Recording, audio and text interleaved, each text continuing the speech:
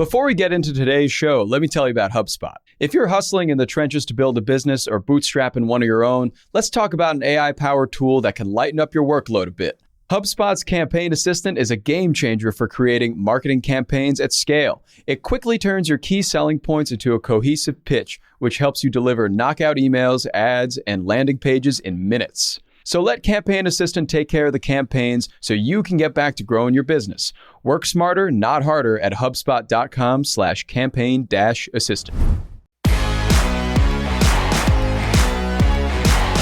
Howdy, folks. It is Thursday, June 8th. I'm Jacob Cohen here with Juliet, Bennett, Rylah, and you are listening to The Hustle Daily Show. Today we're talking about a Mexican restaurant, specifically how South Park creators Matt Stone and Trey Parker spent more than $40 million bringing back their favorite childhood eatery. Juliet has the story in a bit, but before any of that, let's talk about what else is happening in the world of business and tech. Let's get crack-a-lackin'. All right, first things first. Is it called the e-conomy or the e-conomy? A new joint report from Google, Temasek, and Bain & Company about the e-conomy of 1 billion connected Indians found that India's internet economy is projected to grow from $175 billion in value in 2022 to $1 trillion by 2030. And by 2030, the country's internet economy will account for 62% of the country's total technology sector and as much as 13% of the country's GDP, up from around 4 to 5% in 2022, proving once and for all that the true drivers of economic growth, as we've long said, are memes and cat videos, among some other things. Also, check out this view, New View, that's Nuview, a startup that reportedly wants to map the entire land mass of Earth every year using space-based LiDAR technology, has raised $15 million. Among its investors, Leonardo DiCaprio. Because who better to help us find our way around the planet than the guy who couldn't find room on a floating door in Titanic, right? Moving along, today in AI, Google Cloud is teaming up with Mayo Clinic as it tries to expand use of generative AI in the healthcare industry. And the Mayo Clinic will use Google's tech to develop a customized chatbot that could potentially interpret a patient's medical history, imaging records, genomics, or lab data with natural language queries. Also, the minds behind viral AI friendship chatbot Replica have struck again with their new app, Blush, which is here to help you learn how to flirt. Blush offers more than 1,000 AI crushes, so to speak, that you can chat with to learn relationship and intimacy skills. That seems kind of ironic, but good luck to all the people using them. And in other news, fresh off its Vision Pro announcement, Apple has reportedly acquired Mira, which is an AR startup that contracts with the U.S. military and made the headsets for Super Nintendo World's Mario Kart ride. Also, that's a lot of bread. Subway is planning to serve up around 4,000 stores across China over the next 20 years. It currently has 37,000 locations or so in more than 100 markets globally. And lastly, used vehicle prices made it to their lowest level of the year in May, with high interest rates and prices deflating sales. Prices were down 11% year over year, according to Cox Automotive. So if you're in the market for a used vehicle, we're moving in the right direction. Okay, and with that, let's get to today's main story. So for today's main story, Juliet, you wrote about this Mexican restaurant that maybe some people have heard of, maybe some haven't. Specifically, this story is about South Park's creators and the fact that they spent something like more than $40 million bringing this restaurant back to life. Tell us everything we need to know about this story. So this particular restaurant, Casa Bonita, it's located in Lakewood, Colorado, just outside of Denver. It is legendary. It's much more than a restaurant. In fact, everything else about it seemed to be the key. So I've never been to Casa Bonita, but a lot of people became aware of it with this 2003 South Park episode. If you're familiar with South Park, you know it's about a group of boys who get into lots of shenanigans. And in this particular episode, Cartman, who is a jerk to all the other little kids, is desperate to go to a birthday party at Casa Bonita. And the whole episode is him scheming to just try to get invited to this birthday party. And a lot of people were like, what the heck is this place? Is it a real place? And yes, it is. So at its core, it's a Mexican restaurant. The food was notoriously bad. Oh, goodness. But the decor was amazing. So there's all these themed areas. There's a haunted little cave that you can go into. They had magic shows, juggling shows, mariachi bands. The key was a 30-foot indoor waterfall that special employees would dive off of throughout the dining experience. So it was more like you want to go to Casa Bonita because it's totally bonkers inside, more than you want to eat the kind of like, I know some people like Chuck E. Cheese pizza, but I feel like that was never the appeal. You didn't go there because you wanted the pizza. You wanted the animatronics and the games and the whole, that's kind of what Casa Bonita was. And it's massive, right? Like more than 50,000 square feet or something like that. Yep.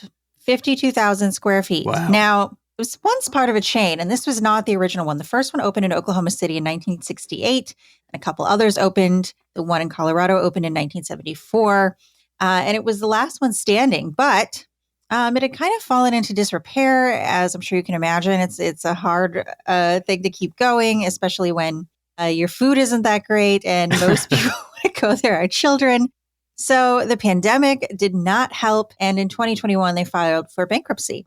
And then that same year, Matt Stone and Trey Parker were like, we want to buy this restaurant. And they ended up paying over $3 million for it.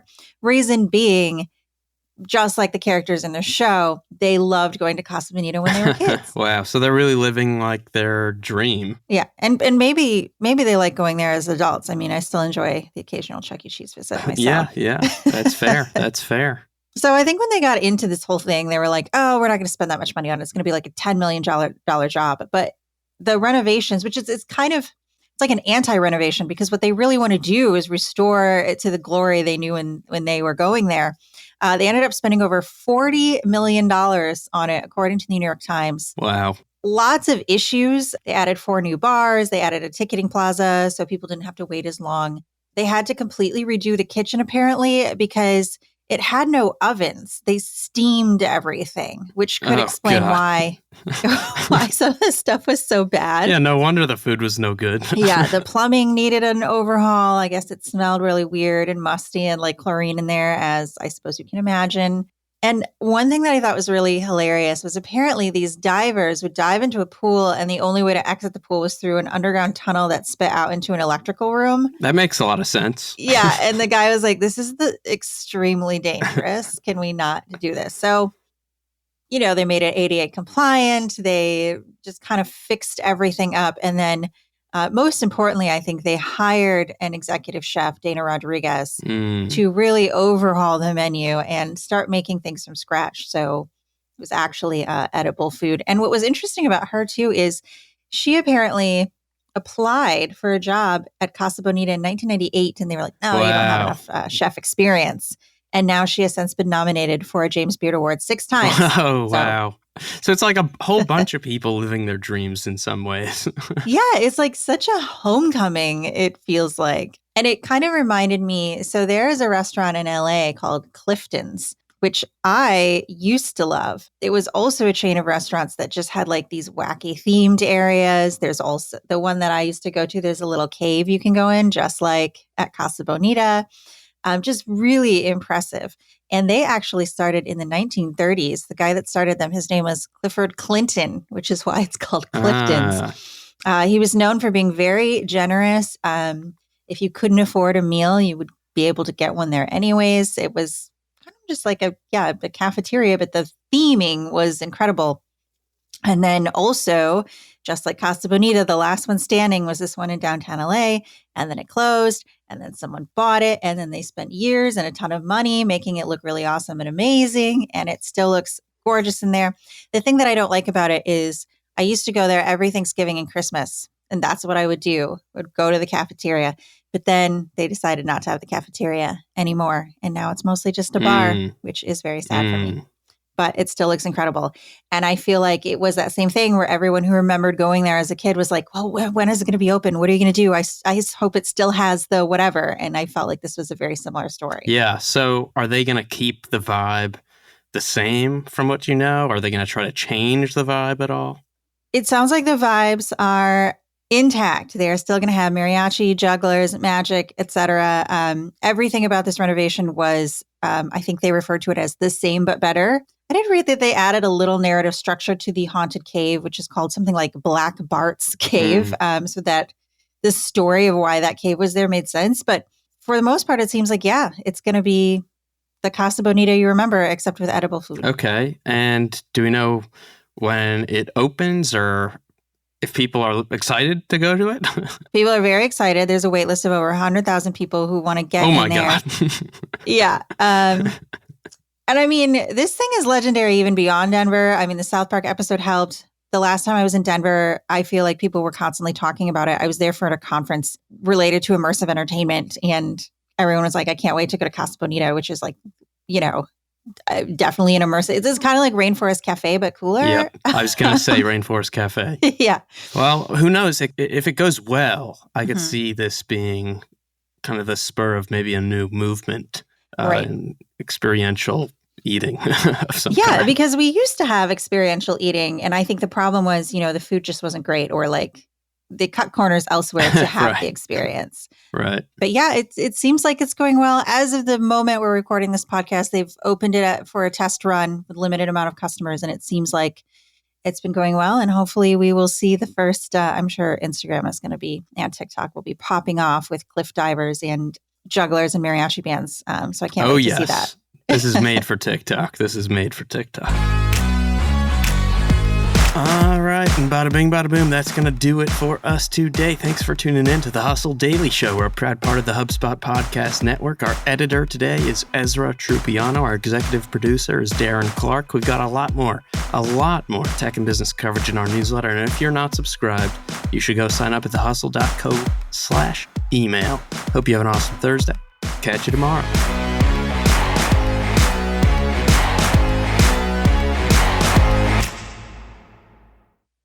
Let me tell you about a show that I've been loving lately. It's called Entrepreneurs on Fire. It's hosted by the incredible John Lee Dumas. It's available now on the HubSpot Podcast Network.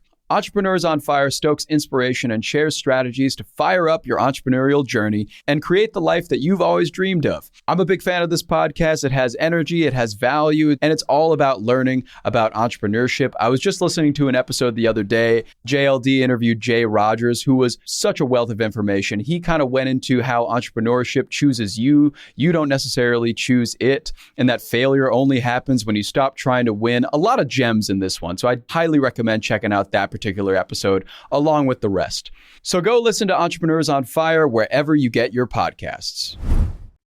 Hey guys, if you listen to the Hustle Daily Show on Google Podcasts, we want to let you know that the option will no longer be available pretty soon. Google is sunsetting its podcast app sometime in early 2024 in favor of YouTube Music, and we want to give you a heads up before it's too late, since that time's almost here. The Hustle Daily Show is available everywhere and anywhere that you listen to podcasts, like Apple Podcasts and Spotify. If you're using YouTube Music, we are there as well. If you're an Android fan, there are plenty of apps like Overcast, Pocket Casts, Player FM, and more. So just search for us wherever you decide to listen to your favorite podcasts.